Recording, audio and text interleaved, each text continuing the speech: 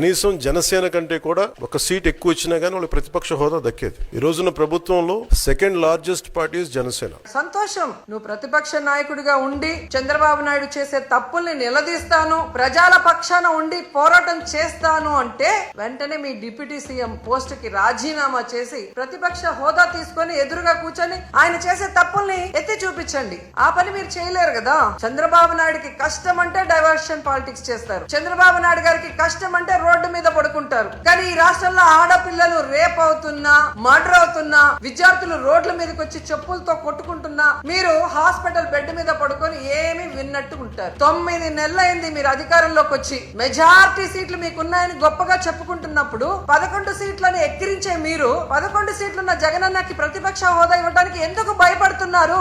ఒకవేళ మీరు governor speech లో చెప్పినట్టు గత ప్రభుత్వంలో జగన్ గారే తప్పులు చేయడం వల్ల నష్టపోయి ఉంటే ఆయన ప్రతిపక్ష హోదా ఇస్తే అసెంబ్లీకి వస్తారు కదా, అప్పుడు నిలదీయండి, ప్రూఫ్లు చూపించండి.